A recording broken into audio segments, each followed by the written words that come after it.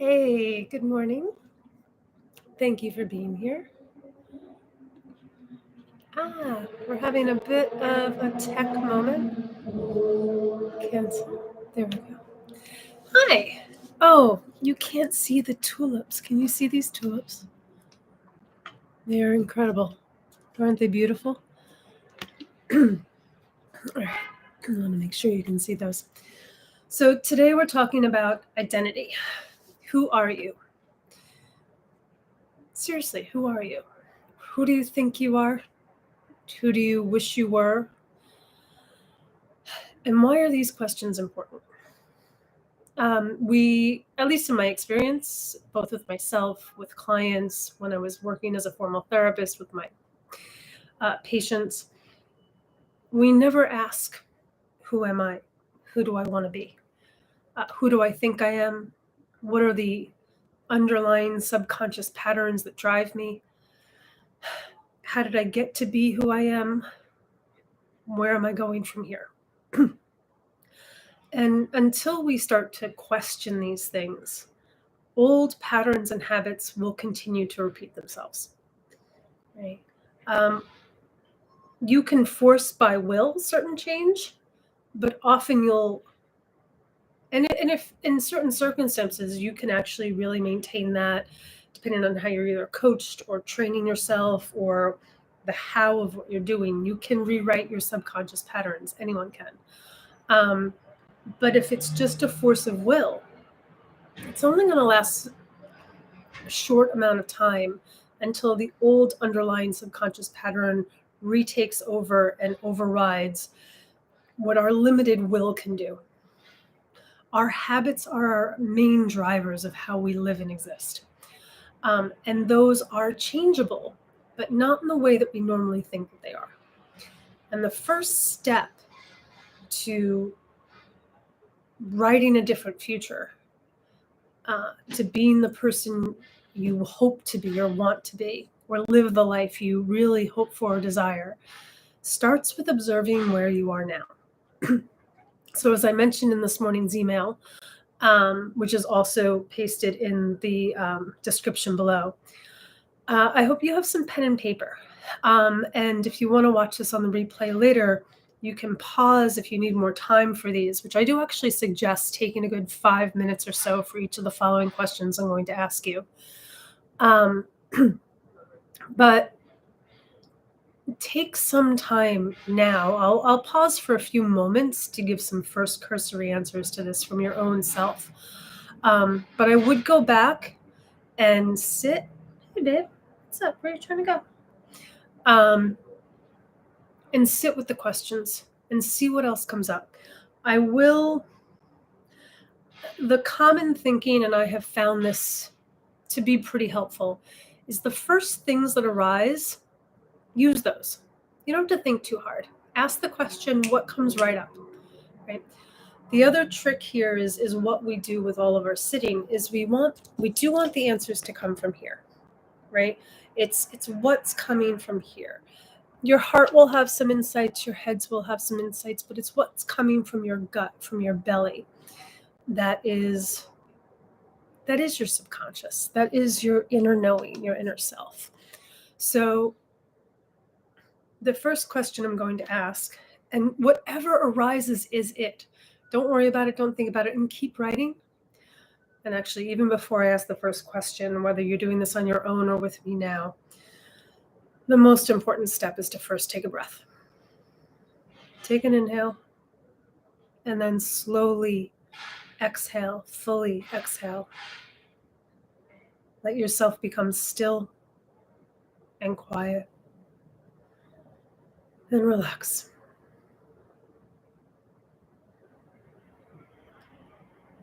And then just remind your head and your heart that it's never what you think it is. If there's one thing we really talked about the past few weeks, our thoughts are not reality, because words are not reality. I say the word fire doesn't come out of my mouth because the word fire is not the thing. It's a weak proxy for the thing. The word is just a poor descriptor of a bigger reality. So any thought we think is limited. So remind the head and the heart that it's not what they think, and drop down into that lower belly. Get curious. And my first question is, who are you? Breathing with curiosity, who are you? And whatever comes up, write it down. And there's a real utility to writing down that I'll get to in a little bit. Write everything down. You can go simple. I'm a teacher, I'm a mother, I'm a husband, I'm a firefighter, I'm a financial analyst, I'm a philosopher, I'm a friend, I'm an adventurer, And then get more descriptive. I'm peaceful, I'm energetic, I'm goofy, I'm stoic, I'm curious, I'm skeptical. I know, I'm intelligent, I'm confused. What comes up? Who are you? What are you like? I'll give you a few moments here to just get down as many things just come up on their own.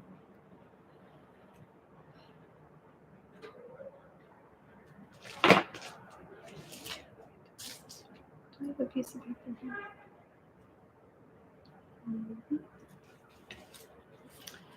And then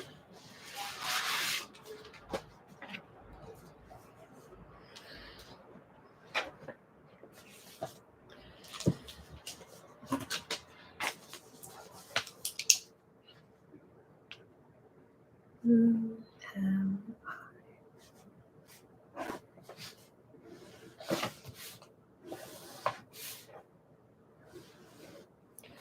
So hopefully you have something like this. Who am I? And like a list of things. And right next to it, and of course, please do this later, write their opposite. Whatever the inverse of those things are, start to take an inventory of the opposite.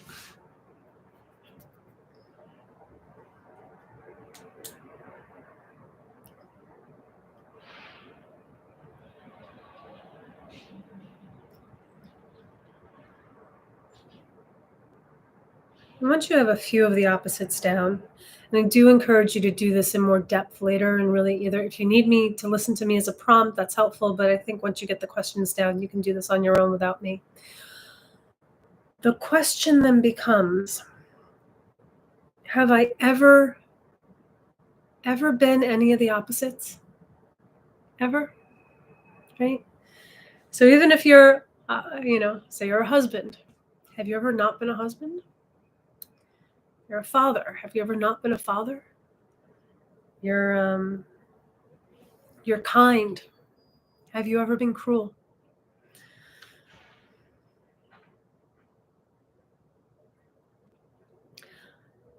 And as you do this, it becomes pretty clear that who you are is not a static thing. It's not a static thing. You can't put yourself in a box. And here's the thing, I don't think you want to, because, the best box I have right now is a box of tissues. But I can put these tissues in a box, and that contains them pretty nicely. Keeps them organized, easy for me to access. The box has its utility. But the box is limited. If these tissues want to blow free in the wind and blow wherever the earth took them, they cannot, because they're in this box. As useful and as seemingly useful and seemingly safe and organized that a box seems, it is the exact bounds and limits to the thing.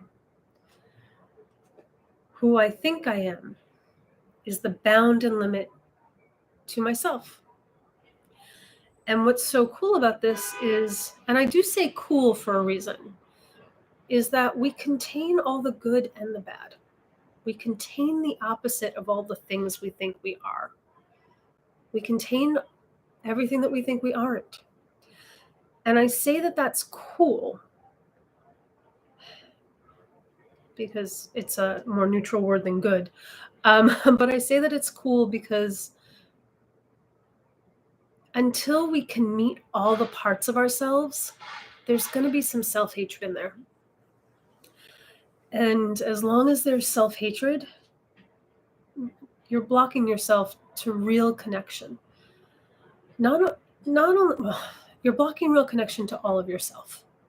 And if you're not connected to all of yourself and loving and approving and or at least accepting and trusting of all that you are, there's an essence of self-hatred there. I wish I weren't like that. Ouch. How come? Why? Who said? Society, a religious figure, an academic figure, myself.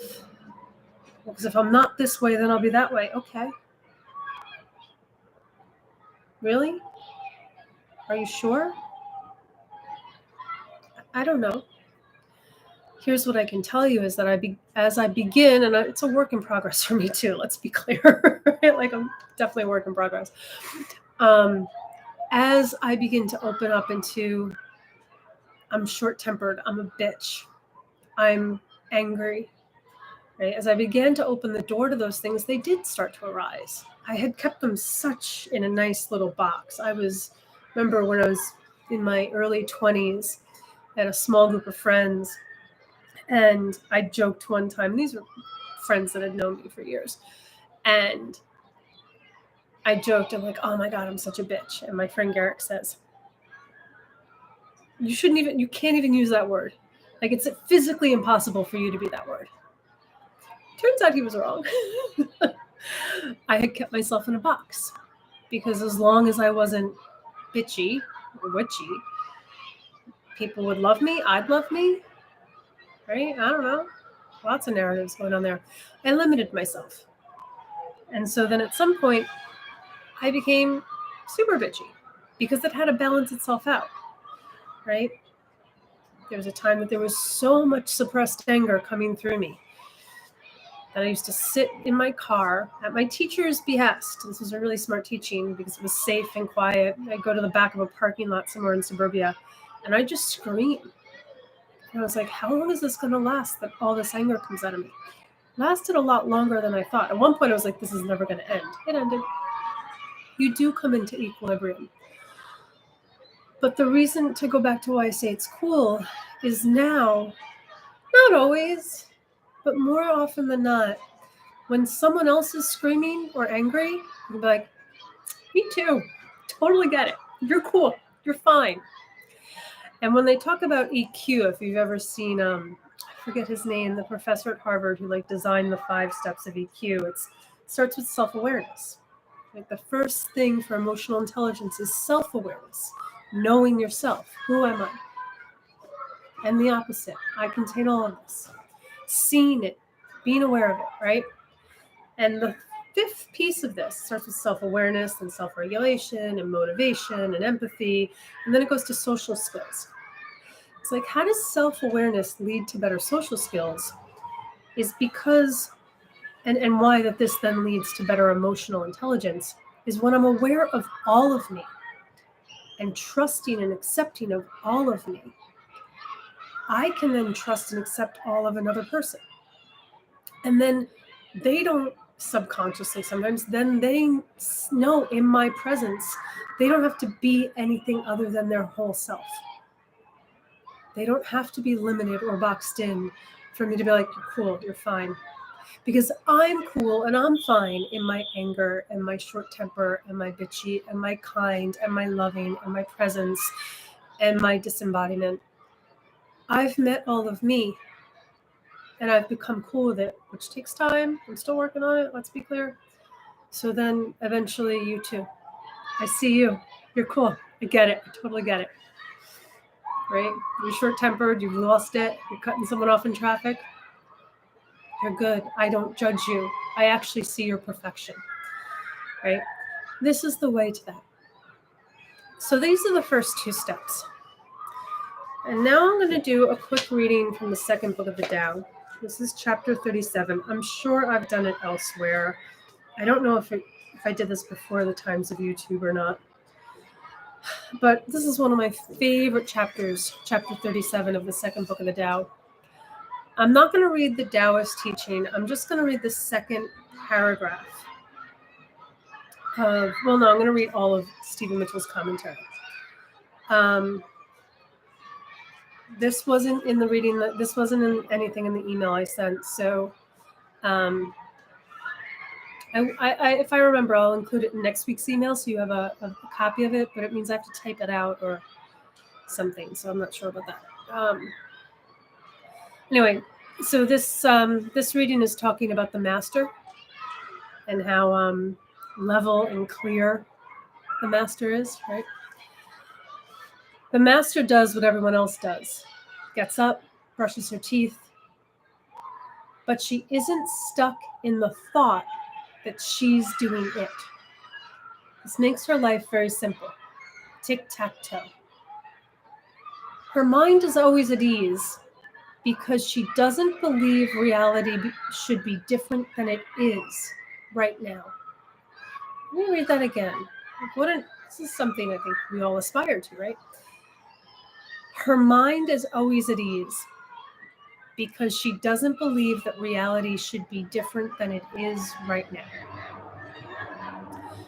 She's the field of awareness, the fulcrum of the possible.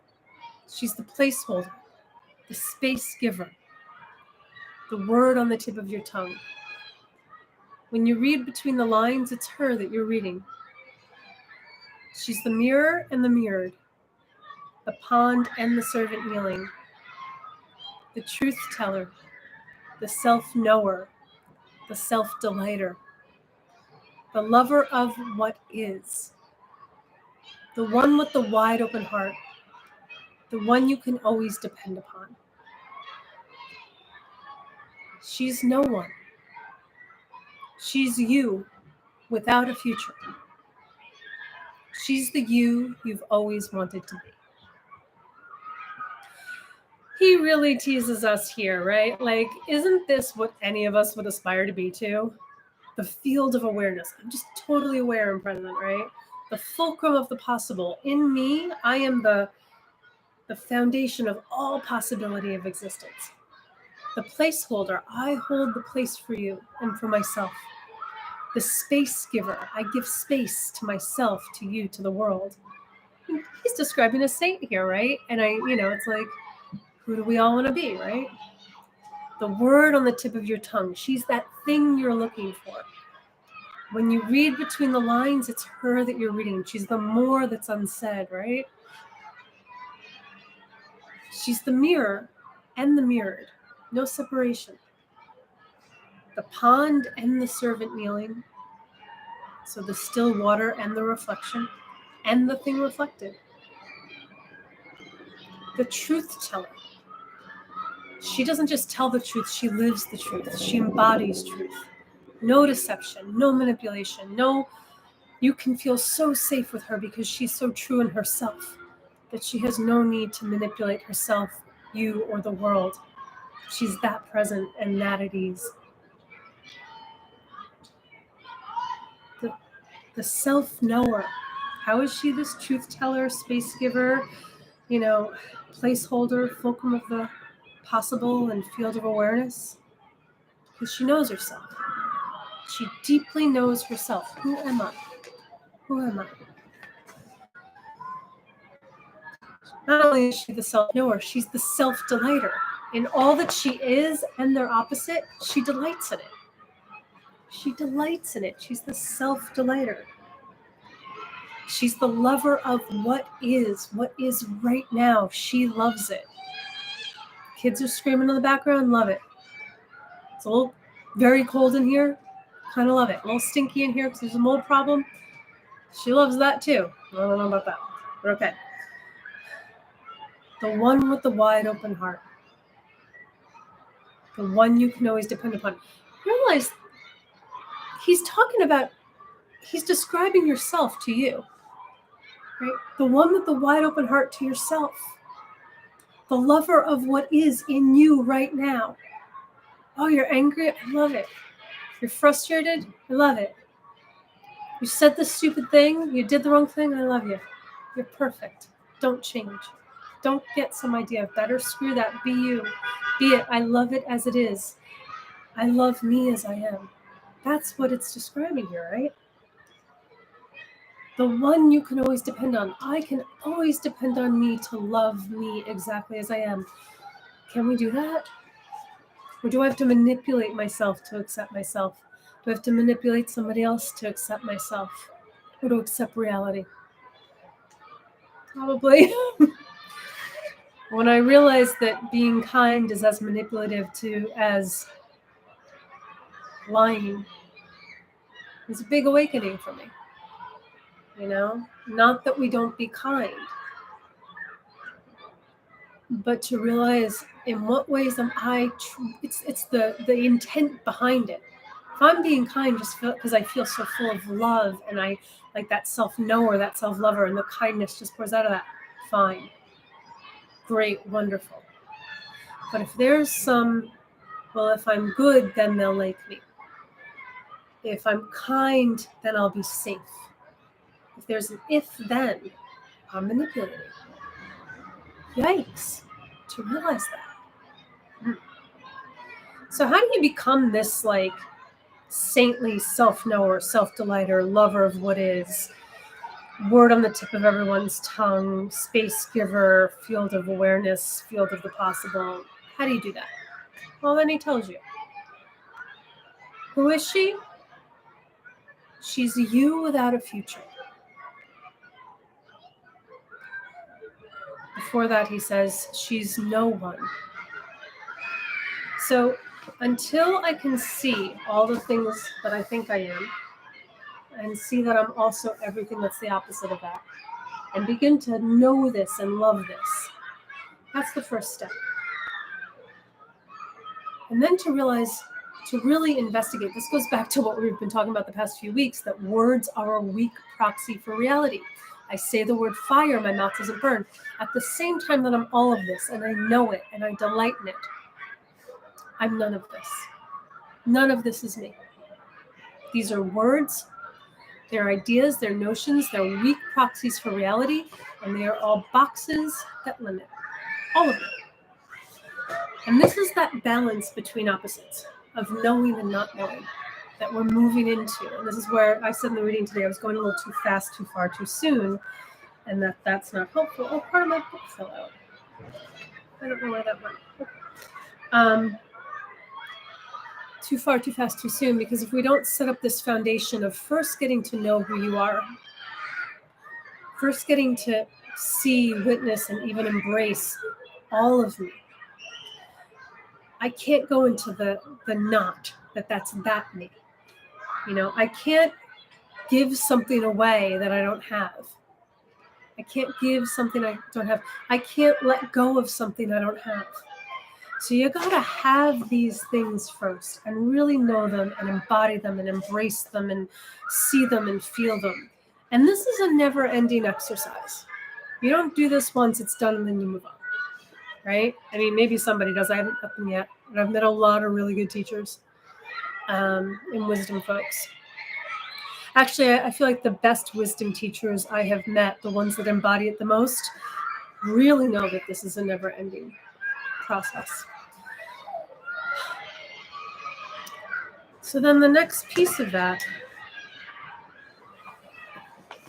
is not. Just not. So what I would do here is I would put who am I in the opposite. So say this was kind, and the other one is evil, right? Then I'd write not kind and not evil. Not kind, not evil. Do the not of both of them. This is getting into where it says she's no one. I'm none of these things. I'm beyond the limits of kind and evil or good and evil. I'm beyond that. I'm more than that. I'm these things and I'm so much more. And I know that kind and evil are weak proxies for reality, because reality is more nuanced than language. Language is a useful tool, but it's very limited. Our ideas are very limited. And then the last two questions are the most fun ones. And I don't think I have enough room on this thing, but the last two questions. So he says, she's no one. She's you without a future. Who are you without a future? Who are you if you were to die in 5 minutes? Who are you? So then this is the next question in our little list. Who am I without a future?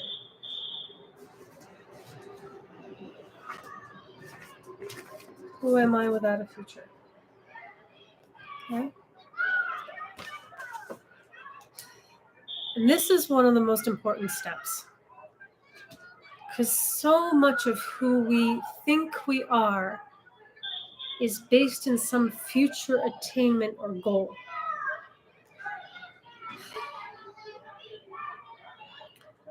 And that's total delusion.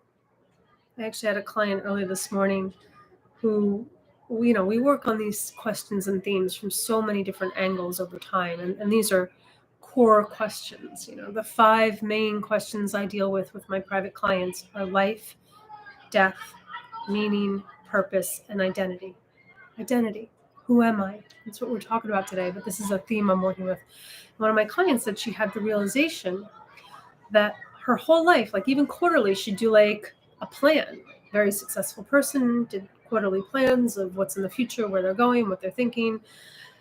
And the realization that she was never herself as long as she was in an idea of the future and going somewhere else. And how now that she's practicing being here and now, she feels so much more connected, alive, fun, free, right? So this question of who are you without a future is really opening. Right? When all the plans are laid to rest, who are you? There's a beautiful line by Rumi. I believe it's over there. Where is it? Tell me it's on the index card and it's like right here. That'd be so cool. Last year, a friend of mine wrote it down on an index card and I just saw it the other day. I feel like it's very close. It's very close. But there's a line from Rumi. Let me see if I can Google it. Rumi's one of my favorite poets, for those of you who don't know me. Love Rumi. Rumi, who are you, Iris?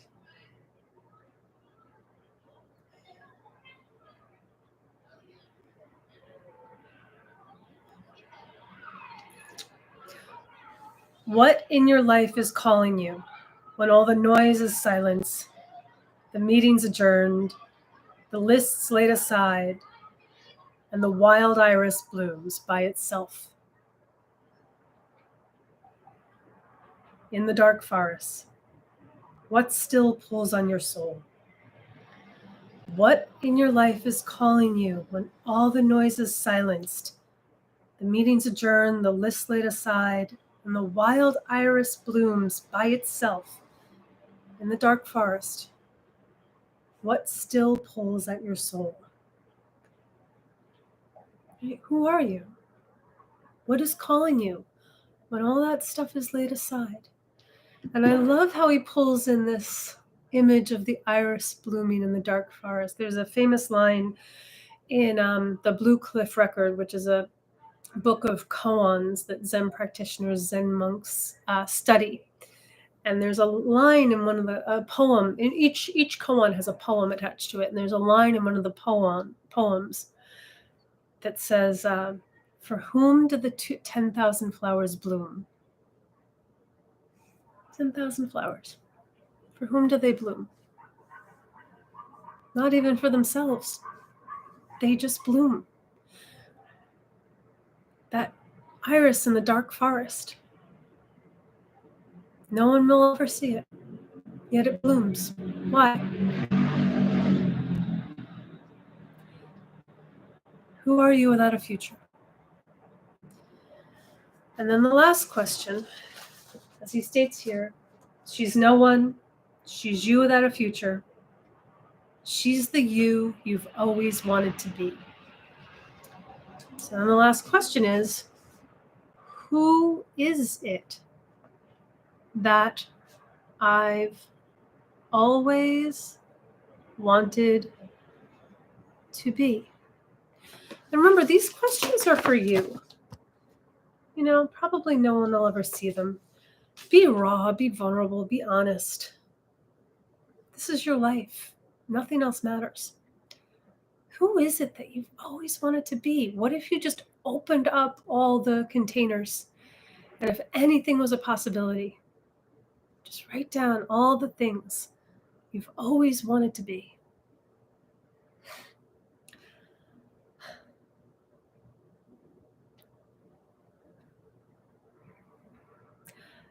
Because here's what you will find if you really do this work with earnest and with vulnerability and with honesty, is you will realize that when you're everything and nothing, the you are without a future, you already are everything you've wanted to be. It's who you are. You want to be that person for a reason. Your soul is calling to you, your psyche, your higher self, your inner self, your subconscious, whatever poor, weak proxy of a word we could try to use for this.